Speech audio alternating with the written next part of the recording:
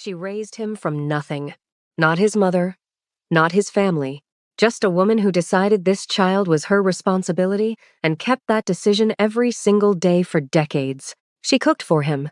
She protected him. She was there when no one was. He grew up to become the most feared Korean mafia boss alive, the kind of man entire organizations are afraid to look at directly. But she was not living inside his world.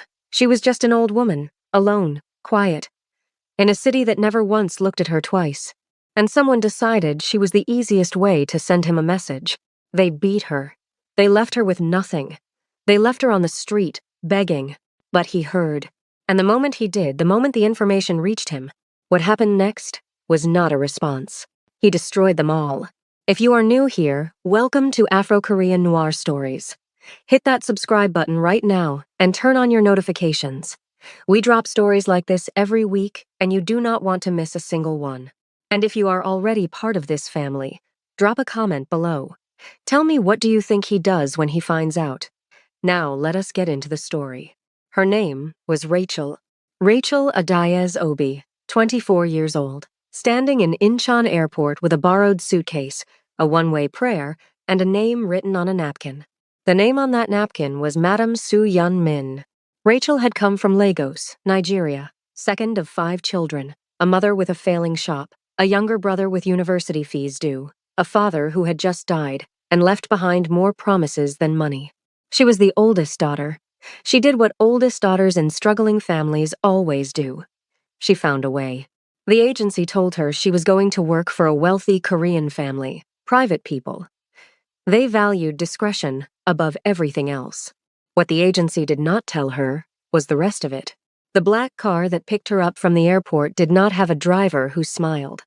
The car moved through Seoul in complete silence. Rachel pressed her face to the cold window and watched this city that did not sleep the way Lagos slept. It slept like someone pretending. The Min estate sat behind a high wall on a quiet street. No gold gates, no display, just stone and silence, and a house that said one thing clearly without saying anything at all. We have been here a long time. We will be here long after you.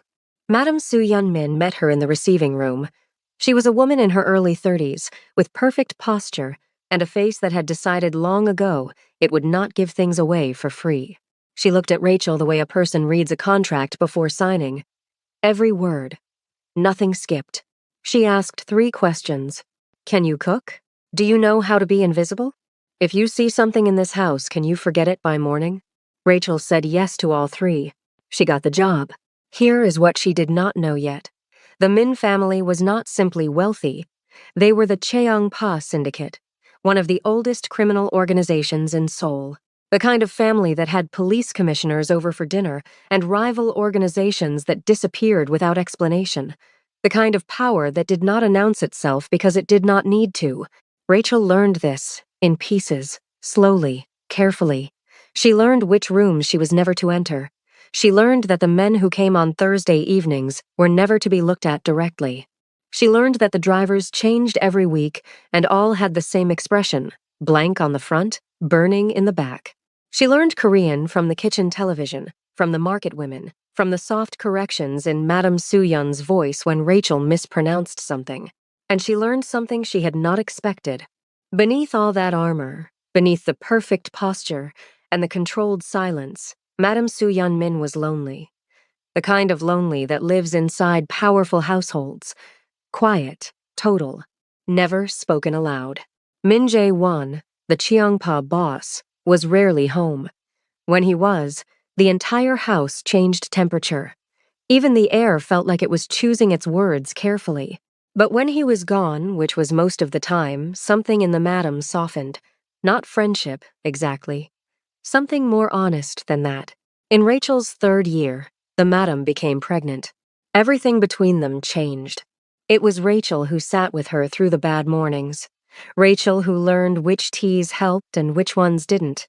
Rachel who braided her hair on the nights the pregnancy made sleep impossible. And on one of those nights, stripped of everything she performed during the day, the madam said something quietly into the dark. I am afraid, Rachel. Not of the birth. I am afraid of what this child is being born into. Rachel sat with those words. She did not try to fix them. She just stayed. Min Tai was born on a Tuesday in November. Small, loud, already furious at the world.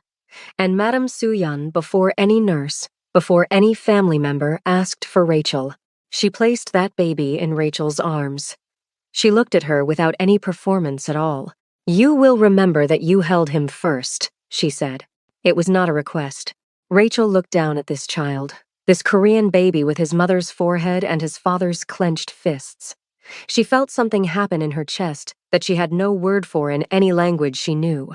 She would spend the next 35 years learning what to call it. Now. You need to understand what was building in Seoul before Min Tae turned 6. The Cheongpa Syndicate was not built on chaos. That was for younger organizations, hungry ones, the ones that hadn't learned yet that chaos is expensive. The Cheongpa dealt in order. The reason certain disputes never reached courts. The reason certain government decisions came out the way they did. But from the port cities, something new had been rising. The Jukdo Brotherhood, led by a man named Kwon Dae-sung. He was not interested in order. He was not interested in how things had always worked. He wanted Seoul. All of it. Not a share of it. Not a negotiated piece of it. All of it. For years, the two organizations had circled each other. Small incidents. Nothing open. Min Jae-won believed Kwon Dae-sung understood the cost of open war. He was wrong. Kwon Dae-sung had never planned to fight in the open. He had spent months studying the Cheongpa the way a man studies a wall he wants to bring down, not where it is strongest, but where it is held up by something that can be removed quietly. The peace offer came on a Wednesday, a private dinner, family only, no guards on either side, a first step toward a negotiated peace. Soo-Yeon Min told her husband not to go. She told him 3 times. She told him the offer was too clean, the timing was wrong. She told him she had a feeling she had never been wrong about. He told her he appreciated her concern. He confirmed the dinner. Soo-Yeon Min looked at him with the kind of look a woman gives a man who has just made the last mistake he will ever make. And she said nothing more about it. But that evening before he left, she found Rachel in the kitchen. She came in and closed the door. She spoke fast and low. She told Rachel about the servants' passage, the narrow corridor behind the walls of the 2nd floor, the panel in the hall closet near Min Tae's room. She told her the sequence to open it. She told her where the emergency document pouch was hidden behind the baseboard in the kitchen. 3rd panel from the left, money inside, identification, a phone. Then she said the thing she had come to say. "If anything sounds wrong tonight, if anything feels wrong, you take my son. You don't come for me. You don't look for Jae-won. You take Min Tae, and you go." Rachel opened her mouth. "I need you to promise me," the madam said. Rachel looked at this woman who had trusted her with the most important thing in her life. She said the only thing there was to say. "I promise." That was the last real conversation they ever had. Min Tae was supposed to be asleep. He was 6 years old and he was not asleep, and he was never asleep when adults expected him to be. Instead, it was the nightly ritual Rachel at the edge of his bed, telling him the old Igbo folktales her grandmother had told her. "Tell me the one about the man who came back," he said, pulling her sleeve. She was in the middle of the story when the first gunshot cracked through the lower floor. One shot, then silence. Not more shots, something worse. The organized silence that comes after violence when the people doing it know exactly what they are doing. Rachel was off the bed before she finished deciding to move. She pulled Min Tae from the mattress. He opened his mouth. She put one finger over her lips and looked at him with an expression that needed no translation. He closed his mouth. She wrapped him against her body and she moved. The hall closet, the panel, the sequence. It opened. The servants' passage was narrow and completely black and cold, and smelled of old plaster. She put her hand flat against the right wall and started counting steps. They were 30 steps in when Min Tae heard it. She felt him stop before she heard it herself. Felt it in the way every muscle in his small body locked at once. It was his mother's voice. Not words, just a sound, short, sharp, and then absent. The kind of sound a 6-year-old shouldn't understand, but does, immediately. In the place that exists before language. She turned. In the total dark of that passage, she crouched down and found his face with both hands. Min-tae. Barely a breath. She told me to take you. Before tonight. She made me promise if anything ever happens, take my son and go. Don't come back. I want to go back. I know. Rachel, I want to go back. I know. She pulled him into her chest and held him. 4 seconds. Just long enough. And someday you will. I promise you that too. But not tonight. She felt him press his face against her neck. She felt the long breath he pulled in a 6-year-old boy, deciding something enormous in the dark. He didn't make a sound. She stood with him wrapped around her body and finished counting steps. They came out through the kitchen delivery door into the November alley. The cold hit them like a wall. Behind the main house, through the walls, she could hear men moving through rooms, organized, fast. She grabbed the document pouch from behind the third baseboard panel. 2 phones, a bank card. Cash. A photograph of Min-tae's parents she had put there herself 3 months ago, for reasons she hadn't examined. She looked down at this 6-year-old boy standing in the alley in his pajamas. He was looking at the house. The rear wing had started to glow from the inside. Come, she said. She took his hand. They walked, not ran. Rachel had learned long ago that running draws eyes. They walked like they belonged to the street beneath their feet. Behind them, the Min estate burned. 23 Brotherhood soldiers had entered that estate that night. Every guard, every kitchen worker, every person inside, gone. An erasure so complete it had been planned for months. But nobody thought to check the servants' passage. Nobody looked for a Nigerian maid and a 6-year-old boy. That invisibility, the specific invisibility that comes from being the person a household treats as furniture, saved Min-tae's life. The irony of that was not lost on Rachel. It never was. She moved them 3 times in the first year. Incheon first, night shifts cleaning hospital wards. She left Min-tae locked in their single room, with a chain latch she positioned low enough for him to reach. She came back before dawn every morning and made breakfast, and helped him with Korean schoolwork she barely understood herself. But Min-tae was not struggling. He was watching, he was listening, he was absorbing. Even at 6, even at 7, even at 8, he had the specific stillness of someone who is building something in their mind that no one can see yet. She registered him in school under a borrowed name, Kim Tae-min on paper, a ghost trail, enough to pass. His teachers thought his mother was Korean-Nigerian. Some were curious. Most, after one interaction with Rachel's completely level gaze, decided their curiosity wasn't worth exploring. She told him the truth in pieces.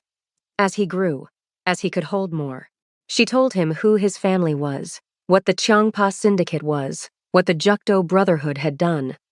She told him about his father. She told him about his mother, not just how she died, but how she lived. The way she held her teacup. The way she braided her own hair on Sundays.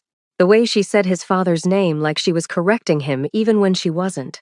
Min-tae listened to all of it without moving, without expression, without tears. She trusted you more than anyone, he said one evening. He was 9. More than the guards, more than the family. She chose you. She knew I would keep my promise, Rachel said. He looked at her. I'm going to get it back, everything they took. I'm going to take all of it back. She looked at this 9-year-old boy who was already thinking in structures, already laying the foundation of something. I know, she said. She didn't tell him not to. A promise was a promise. Finish your food first, she said. He was 13 when Oh Sung-jin knocked on their door in Busan. Rachel opened it with a kitchen knife in her hand. Oh Sung-jin was 60 years old and had spent 7 years in hiding. He was the former personal driver of Min Jae-won, off duty the night of the massacre. The only one who had walked away. He had been looking for the heir. He took one step back when he saw the knife. He's 13, Rachel said. I know, Oh Sung-jin said. His hat was in his hands. That's exactly why I waited.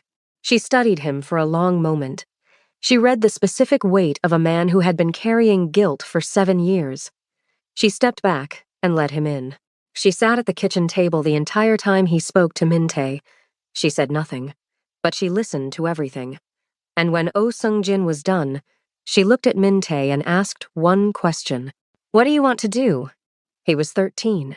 He had known the answer since he was 6 years old in a cold alley watching fire eat the only home he had ever known. And so it began. Over the next decade, Min-tae was trained, shaped, tested. Oh, Sung-jin connected him to surviving Chung-pa loyalists who had gone underground after the massacre. Men who had been waiting for something worth coming back for. When they met the son, they saw the father's precision in his eyes and the mother's steel in his jaw. Several of them quietly began to believe again. Min-tae learned everything. How loyalty is built and how it breaks. How money moves and where it hides. How fear works and why respect is more reliable than fear. And why consequence is more reliable than both. He was brilliant. He was patient. But here is what made him more dangerous than either of those things combined. Rachel had spent his entire childhood teaching him through story and correction and the daily example of her own discipline that a man who burns hot destroys himself as much as his target. What Min-tae had was not rage. It was cold purpose, the kind that doesn't flicker, the kind that is still burning 20 years later at the exact same temperature. At 26, he moved. The Seoul underworld later called it the Quiet Weeks, 14 days during which 6 of Kwon Dae-sung's most senior men simply vanished. 3 of the Brotherhood's money operations were frozen by tax authorities using anonymous tips so complete the investigators described them as already organized for prosecution. A Brotherhood leadership meeting was interrupted when the council arrived to find every exit of the building covered by men no one recognized, standing in silence, not moving, not threatening. Just there. No shots fired, no public incident, no bodies. Just the absolute message that someone was now operating at a level the Brotherhood had never anticipated. On the last evening of the Quiet Weeks, Kwon Dae-sung sat at the head of his own table and looked at the door when it opened. Min-tae walked in alone. He sat across from the man who had murdered his parents. He set one thing on the table, a photograph of the Cheongpa's old seal, his father's mark. The silence lasted long enough for Kwon Dae-sung to understand everything he needed to understand. "You made a mistake 20 years ago," Min-tae said. His voice was completely level. "You forgot to check the servant's passage, Sod. What happened in that room after, no witness ever described. What Seoul understood within 48 hours, Kwon Dae-sung was gone. The Jukdo Brotherhood had collapsed at the structural level, and the Chungpa Syndicate had risen from a grave everyone assumed was permanent under a new boss who was younger, colder, and significantly more terrifying than his father had ever been. Min-tae took his seat at the head of the Chungpa table. He was 26 years old. He had walked back through the door he had been carried out of 20 years earlier. When Min-tae rose, Rachel stepped back. This was her choice. She had watched him become the man she had worked to shape. She was proud of him with a completeness that had no gaps in it. But she had not spent 35 years in this country to become a display item in someone else's power, not even his. She moved to a small apartment in Seodaemun, a modest neighborhood, market vendors who knew her name, a church choir that made room for her voice on Sunday mornings. She took in laundry. She grew things on the rooftop. She called her sister in Lagos on Saturdays and laughed at things that had nothing to do with Korean dynasties. She and Min-tae drifted the way people drift when one person steps into a current of enormous power and the other person, with wisdom and dignity, stays on the bank. They spoke once at Chuseok. She had called to tell him she had made rice cakes for the first time and they came out lopsided. He laughed. She asked if he was eating properly. He said he had a personal chef. She said that was not what she asked. He promised to eat properly. His number changed not long after. She told herself she would get the new one through Oh Seung-jin when she was ready. She never quite got to it. The silence between them grew from weeks to months to 2 full years. Rachel decided this was fine. She was not a woman who needed a son to call in order to know she had done her job. The evidence of her work was out there, running one of the most powerful organizations in South Korea. She did not know that someone had found her. Not everything the Quiet Weeks destroyed stayed destroyed. Kwon Dae-sung was gone. But Kwon Dae-sung had a nephew, Kwon Hyuk-soo. He was not his uncle. He didn't have his uncle's patience or his uncle's strategy. What he had was a cold, tight fury that had been sitting in him for years, and just enough cunning to make it dangerous. He had been in prison during the quiet weeks, a separate charge. He came out to find his uncle gone, the Brotherhood collapsed, and the world he had expected to inherit reduced to frozen accounts and scattered men. He spent 18 months looking for a way to wound Min-tae. He couldn't touch him directly. Nobody could. The man had rebuilt the Cheongpa into a fortress. But Kwon Hyuk-soo had access to the old Brotherhood intelligence files. His uncle had been meticulous about records. And buried in those files, under 20 years of dust, was a single flag from the original research into Min Jae-won's household. One name: Rachel Adize Obi, Nigerian national, domestic worker. 26 years of service at the time of the massacre. Current whereabouts, unknown. His uncle had written a note at the bottom in his own handwriting. No threat, irrelevant. Do not waste resources. Kwon Hyuk-soo read that note and understood something his uncle had missed. The greatest vulnerability a powerful man has is not his enemies. It is the people he loves who are not inside his protection. He spent 3 months finding her. She wasn't hiding. Why would she? Nobody knew who she was. A 61-year-old Nigerian woman growing tomatoes on her rooftop and singing in a church choir on Sundays.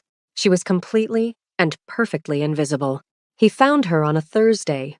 He sent 3 men. The market in Seo Daemun is loud on Thursday afternoons. Vendors calling out, carts moving, the overlapping noise of ordinary life. Rachel had come back from the market with bags and was cutting through the alley behind her building. The short route, the one she had taken hundreds of times. She heard the footsteps and turned. 3 men. She didn't recognize them.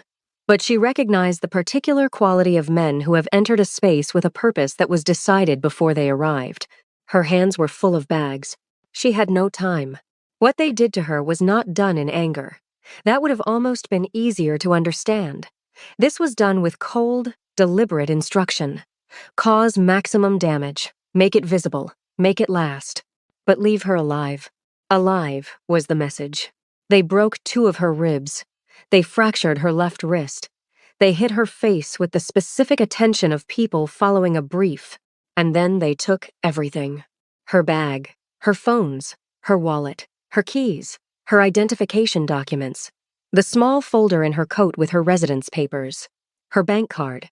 Her emergency contacts list the one she had kept updated for 30 years. They stripped her of her entire material existence in 4 minutes. One of them said, before they walked away in Korean so clean, she could not pretend not to understand it. Tell the boss his mother says hello. Then they were gone. Rachel lay in that alley. Not unconscious. She was conscious for most of it, which was its own specific cruelty. She lay in the cold and breathed through the pain and thought through her situation with the same methodical clarity she had applied to every crisis since she was 24 years old with a borrowed suitcase. Her phones were gone. Her documents were gone. She knew no one's number by memory. Everything had been on the phone. She had no ID, no way to prove who she was, no way to contact anyone in Min-tae's world without using his name and pulling him directly toward whatever this was. The churchwomen found her. A young man from the congregation who was studying medicine looked at her injuries with a face that said everything and committed himself to saying nothing to the authorities at her request. Over the days that followed, as the church cared for her, Rachel made a decision. She was not going to contact Min-tae. She thought about it for a long time. She turned it over completely. She looked at it from every angle. And when she was done, the answer was the same. No, these people had done this to reach him. They had used her as a tool to force a reaction. She had spent 35 years keeping this boy from danger. She was not going to start using his name to save herself now. Not when she was the thing they were using as bait. If he finds me, he finds me. I will not pull him toward this because of me. She moved her cot into the church basement. She helped in the community kitchen when her ribs allowed it. She braided the hair of elderly women who found her technique fascinating. She sat outside on the pavement in the mornings and watched the street. When the church donations ran short for her medication, she sat with her hands open. She begged. Not dramatically, not with performance. Just an old woman sitting with her hands open in the morning light, her back completely straight, accepting what people chose to give. This was how Park Sena found her. Park Sena was 28 years old. She wrote a social issues column for an independent digital news platform in Seoul. She had been working on a piece about elderly foreign domestic workers, women who had given decades of service to Korean households and found themselves in old age without documentation, without pension, without anyone to call. A social worker had pointed her to the church in Seodaemun. She had planned to stay 20 minutes. She stayed 3 hours. She later said that Rachel Aday's Obi was the most extraordinary person she had met in her career. Not because of anything dramatic. Because of the specific quality of her stillness, she said. This woman has carried things so long, they have become part of her posture. She asked permission to take a photograph. Rachel looked at the camera for a long moment. Something in her expression moved. Then she said, "Take the picture." She did not explain why, she agreed. But somewhere beneath the decision in the part of her that had always been wiser than her own words, she understood that invisibility had protected her once. But it was protecting her now in a different, worse way. The people who had done this were counting on no one seeing her, she thought. Let someone see me. The article ran on a Wednesday morning. It was titled, "Invisible Service, the Women Korea Forgot." There was one photograph, Rachel on her bench outside the community kitchen, back straight, hands in her lap, looking at the street, the afternoon light on her face. By Wednesday afternoon, one of Min Tae's intelligence analysts opened his media monitoring alerts and found it. He read it twice. He looked at the photograph for a long time. He opened his internal system and typed a message to the boss's office. "Boss, the Nigerian woman from the file. I think this is her. Article published today. Please review." He sent it at 3:14 inches the afternoon. At 3:17, the response came back. "Come to my office." Min Tae read the article standing up at his desk. He read it once. He did not move. The analyst standing on the other side of the desk later said the room got different. The temperature didn't change. But something changed, like before a bad storm. You feel it before it starts. Min Tae set the tablet down. He looked at the photograph. He had not seen Rachel's face in 2 years. He looked at her on that bench, her back completely straight, her hands in her lap, the stillness he had known since he was 6 years old, the stillness that meant she was feeling everything and showing nothing. He looked at what was on her face, the marks that 2 years had softened but not erased. He set the tablet face down. He looked at the analyst. "I need everything. Who gave the order? Who carried it out? The full chain from instruction to execution, names, locations, current whereabouts, financial traces, 12 hours. "Yes, sir." The analyst left. Min Tae stood at his desk alone for 2 minutes. The outer office staff would later say he simply stood there, not on his phone, not reviewing anything, just standing. Then he put on his coat and told his driver to take him to Seodaemun. He found her outside the community kitchen, sitting exactly as she was in the photograph, back straight, hands in her lap, watching the street with the full attention of a woman who has spent her whole life reading environments. She heard his car. She didn't look immediately. When she did, she went still for a moment. A long moment. Min Tae crossed the pavement and stood in front of her. She looked up at him. And then in Igbo, the language she only used with him when she was feeling the most, when English and Korean both felt too thin, she said quietly, "You're too thin." Something moved in Min Tae's face. He sat down next to her on the bench, not touching, just present. The way she had been present with him in the dark all those years ago. He looked at her wrist, at her face, at what had been done to the person who had carried him out of a burning house and kept him fed, and kept him studying, and told him stories in the dark, and looked him in the eye on the worst night of his life, and said, "Someday we'll go back, but not tonight." When he spoke, his voice was very quiet, completely level. "How long?" 2 years. "Why didn't you tell me?"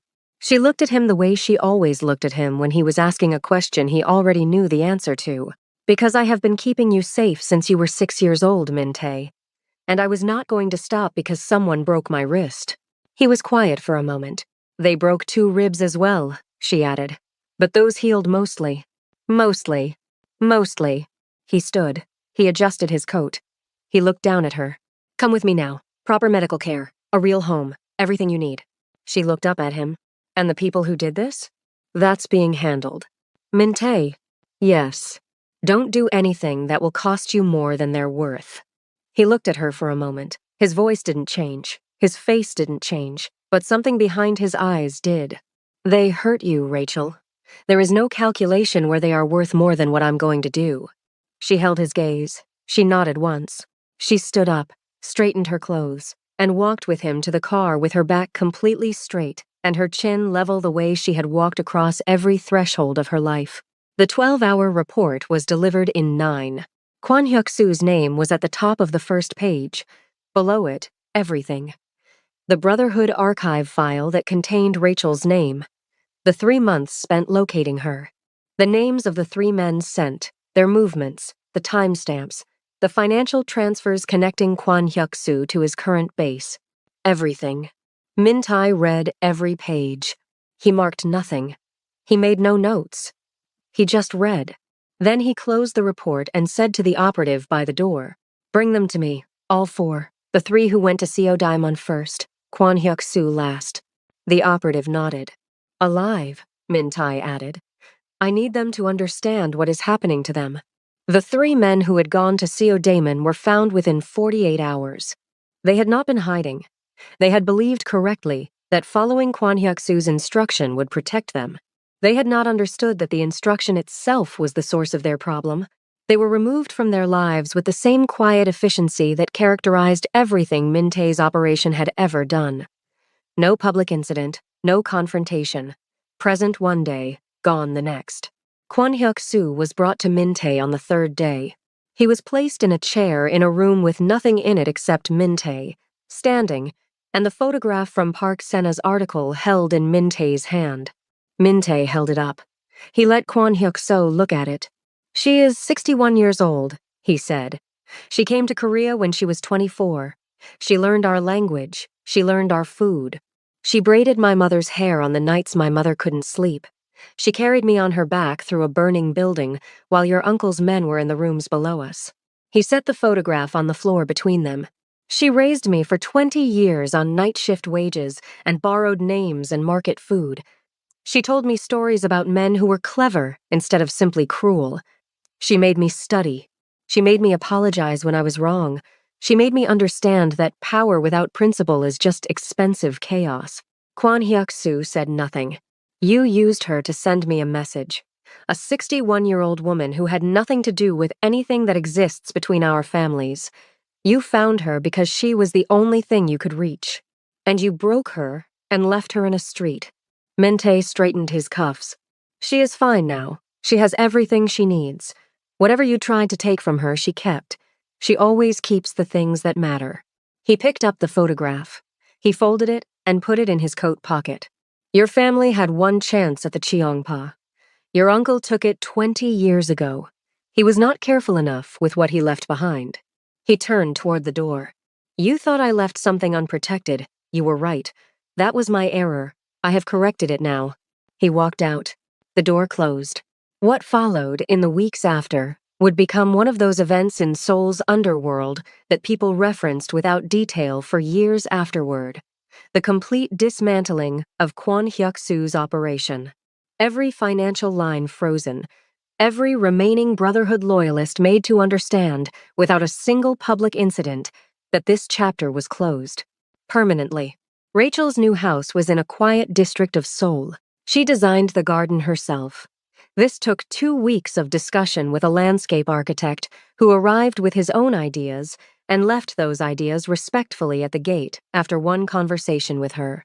She ordered uziza and uda seeds from a specialty market in Itaewon run by a Nigerian couple who had been in Seoul for 30 years, Korean perilla on the north side where it liked shade, tomatoes in the sunniest corner. She accepted 2 guards. Min-tae had made the case over 2 separate conversations, and she decided the logic was sound even if she didn't love the conclusion. She told them their jackets had insufficient pockets for practical fieldwork and showed them, with her own fabric, what proper pockets should look like. They were respectful young men. They ate whatever she cooked when she offered it. She offered it most evenings because she had never in her life cooked for one person and was not about to start. Min-tae came every Sunday. He sat at her table the way he had always sat, straight-backed, present, nothing performed. She corrected his posture the same way she always had. He accepted it the same way he always had. Without comment, she told him things about his mother she had been saving. Not the large things, the small ones. The ones only the people who were in the room know. She used to hum when she was doing accounts, Rachel said one Sunday morning. The kitchen smelled of pepper and perilla, and something on the stove that had been going since before he arrived. She didn't know she was doing it, very quietly, very badly in tune. Your father's men used to look at each other across the room, trying not to react. Min-tae looked at her, and then he laughed, a full laugh, the rare kind. The kind she had only heard a few times in 35 years. She watched him and thought about a woman who had placed a small, furious, newborn child in her arms in a delivery room and looked at her without any performance at all. You will remember that you held him first. She had remembered. She had held him through all of it, through the dark passage and the cold alley and 20 years of borrowed names and night shifts and market food, through the training and the rising and the throne reclaimed. Through the silence and the distance and the 2 years on a bench outside a church with her hands open, she had held him through all of it. And now he sat at her table on Sunday mornings. She got up to refill his tea. Sit, he said. I'll get it. She sat. He filled her cup first. Outside, the tomatoes were almost ready. The uziza was climbing the south wall. And Rachel Adezobi, who had crossed an ocean at 24 years old on a borrowed visa and a name written on a napkin, sat in her kitchen in a house with a garden she had built from nothing and watched the man she had raised pour her tea with both hands, the way she had taught him. The promise had been kept, every part of it. If this story moved you, you know what to do. Hit that like button and share this with someone who needs to hear it. Subscribe and turn on your notifications because we are not done yet. The next story is already coming, and it hits even harder than this one. Drop a comment below and tell me which moment got you the most. I read every single one. See you in the next story.